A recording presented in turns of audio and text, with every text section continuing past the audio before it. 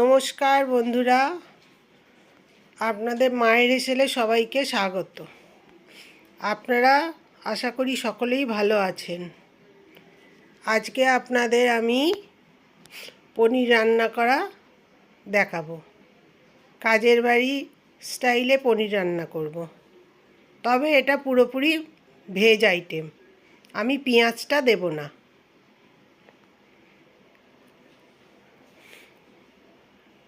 আমি প্রথমে একটু কড়াইয়ে ঘি দিলাম, দিয়ে পনিরগুলোকে হালকা করে ভেজে তুলে রাখবো। আর আমি দেখালাম একটা টমেটো, কতগুলো কাজু, কিশমিশ আর দুটো কাঁচা লঙ্কা আমি পেস্ট তৈরি করব।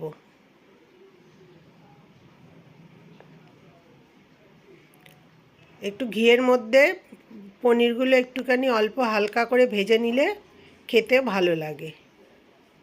আপনি কাঁচা পনিরও রান্না করতে পারেন, কিন্তু যদি একটু ভেজে দেন তো ভালো হয়। আমি তাই করছি, একটু অল্প করে ভেজে তুলে রাখবো।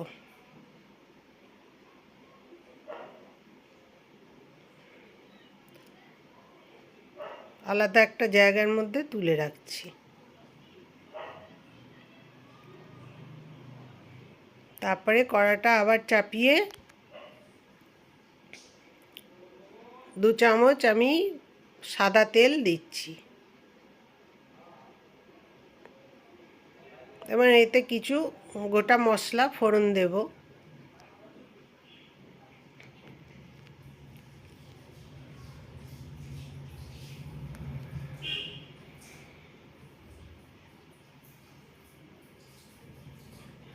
একটা তেজপাতাকে মধ্যিখান দিয়ে ছিঁড়ে নিয়েছি, একটা তেজপাতা, দুটো ছোট এলাচ একটু থেতো করে দিয়েছি, আর 4টে লবঙ্গ আর অল্প একটু ডালচিনি, এই আমি ফোড়ন দেব।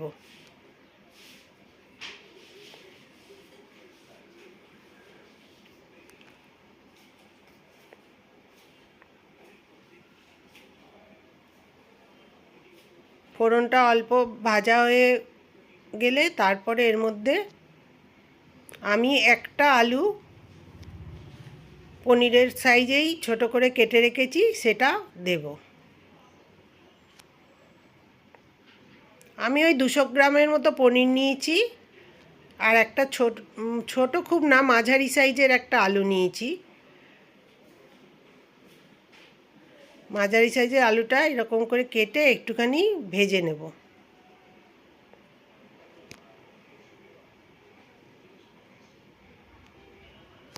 আমার চ্যানেলে আপনি যদি নতুন বন্ধু হয়ে থাকেন তাহলে আমার চ্যানেলটা সাবস্ক্রাইব করে দেবেন। আর আমার রান্না যদি ভালো লাগে,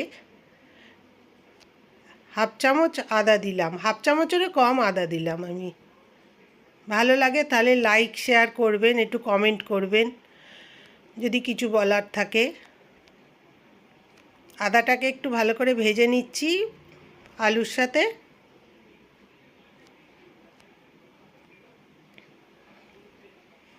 আর আমার চ্যানেলটা সাবস্ক্রাইব করে বেল আইকনটা টিপে দিলে আমার নোটিফিকেশান, যখন নতুন ভিডিও দেবো নোটিফিকেশানটা আপনার কাছে চলে যাবে।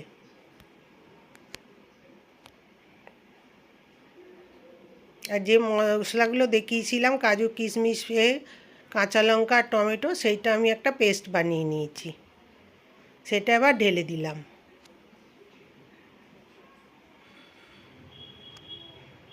দিয়ে এটা একটু আলুর সাথে ভাজা ভাজা করব। যখন ওটা ভাজা হয়ে তেলটা ছেড়ে যাবে তখন আমি জল দেব। তার আগে অবধি ওটাকে নাড়তে হবে, সমানে নাড়তে হবে, নাহলে কাজু বাদাম আছে কড়ার মধ্যে আটকে যাবে। আমি এতে কোনো লাল লঙ্কা বা হলুদ ব্যবহার করব না। আপনার ইচ্ছা যদি হয় রং করার জন্যে, রংটা লাল করার জন্য, তাহলে কাশ্মীরি লঙ্কা গুঁড়ো দিতে পারেন আপনি, কিন্তু আমি কাঁচা লঙ্কাই দিচ্ছি।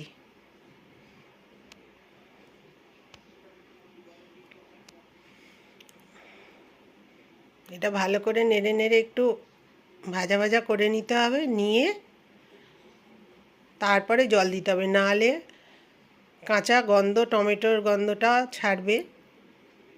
এই দেখতেন কিরম ভাজা ভাজা হয়ে গেছে।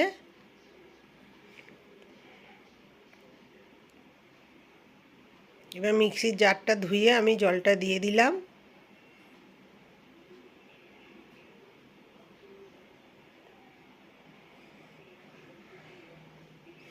এমনি টমেটোটা দেয়া হয়েছে, তার জন্য একটু রং হয়েছে।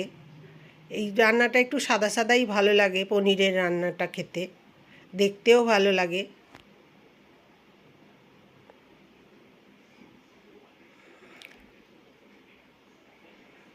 এতে আমি 2টো কাঁচা লঙ্কা এমনি দিচ্ছি, বেশি ঝাল করব না আমি।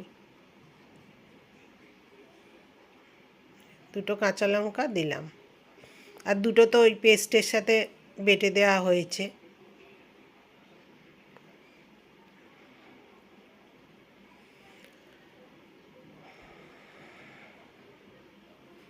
এবার এটাতে পরিমাণ মতো জল দিতে হবে, যাতে গ্রেভিটা ঠিক মতো হয়, সেই রকম অনুযায়ী দিতে হবে।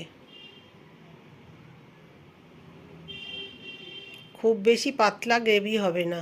এবার আমার পনির ভাজাগুলো দিয়ে দিলাম এর মধ্যে।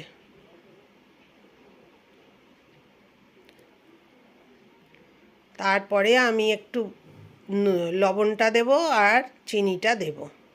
স্বাদ অনুযায়ী আপনি লবণটা দেবেন।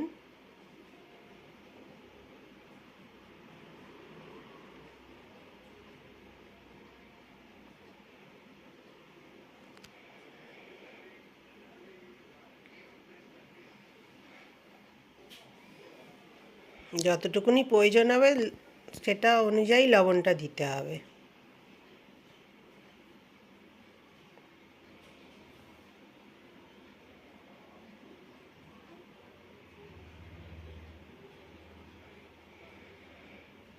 এটা মশলা কষার সময়তেও লবণটা দিয়ে দিলে হতো, কিন্তু আমার তখন দেয়া হয়নি বলে এখন দিলাম।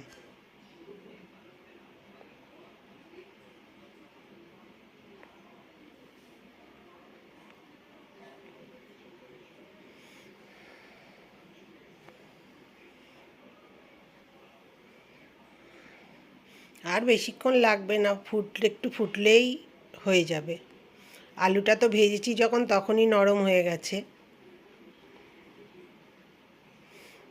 এবার আমি একটু 1 চামচের মতো কসুরি মেথি দিচ্ছি। একটু হাতে করে রগড়ে নিয়ে, একটু বড় বড় যেগুলো থাকবে সেগুলোকে ফেলে, ডাঁটা মতোগুলো থাকলে ওগুলোকে ফেলে দিলে, নালে খাওয়ার সময় মুখে লাগবে, ওগুলো ভালো লাগে না তখন। এরকম করে দিয়ে নেড়ে দিতে হবে।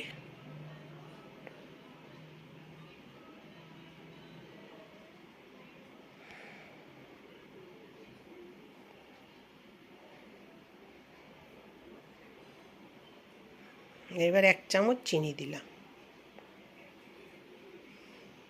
দিয়ে এবার ওটা নেড়ে এবার একটু ঢাকা দিয়ে দেবো।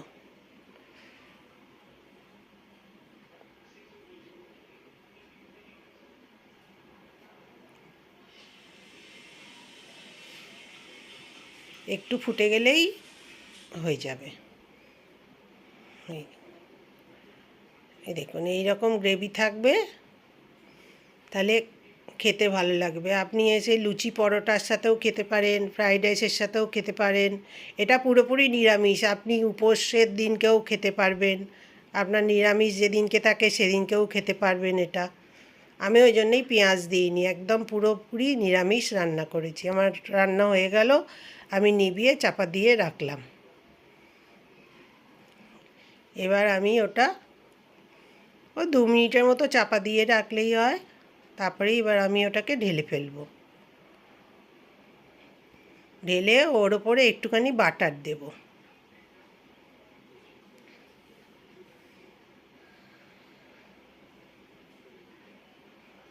একদিন সব বাড়িতে করে খেয়ে দেখবেন, ভালো লাগবে। ভালো লাগলে আমাকে কমেন্ট করে জানাবেন। আর আমার যদি কোনো ভুল থাকে আমাকে সেটাও কমেন্ট করে বলতে পারেন। দেখুন কি সুন্দর দেখতে হয়েছে।